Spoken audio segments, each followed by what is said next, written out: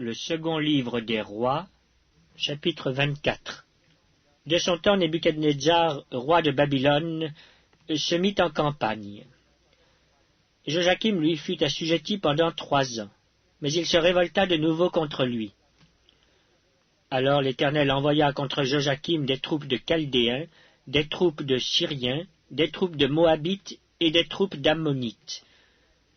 Il les envoya contre Juda pour le détruire, selon la parole que l'Éternel avait prononcée par ses serviteurs les prophètes.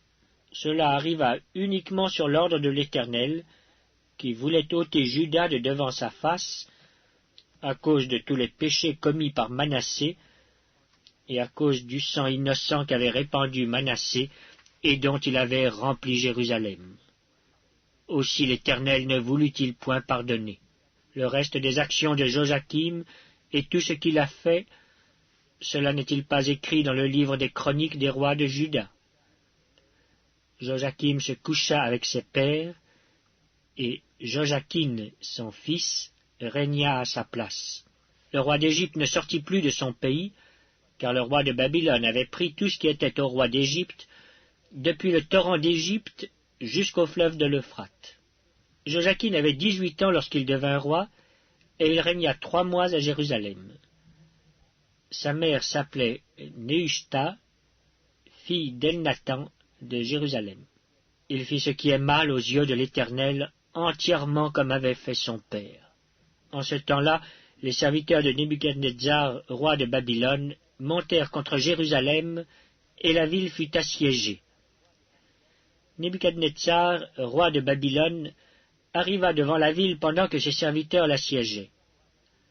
Alors Joachim, roi de Juda, se rendit auprès du roi de Babylone avec sa mère, ses serviteurs, ses chefs et ses eunuques.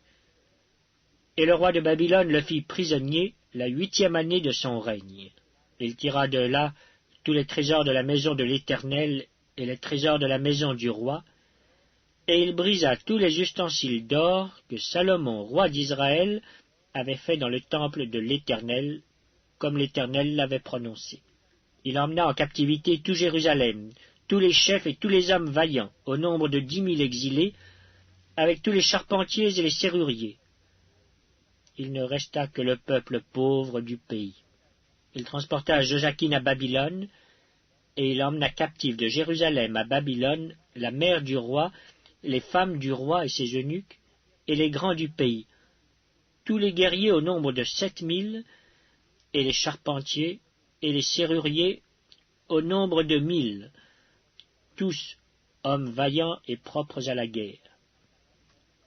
Le roi de Babylone les emmena captifs à Babylone, et le roi de Babylone établit roi, à la place de Joachim, Mathania, son oncle, dont il changea le nom en celui de Sédécias.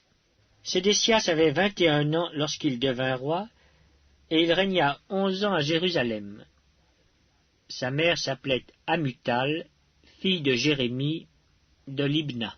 Il fit ce qui est mal aux yeux de l'Éternel, entièrement comme avait fait Joachim. Et cela arriva à cause de la colère de l'Éternel contre Jérusalem et contre Juda, qu'il voulait rejeter de devant sa face. Et Sédécias se révolta contre le roi de Babylone.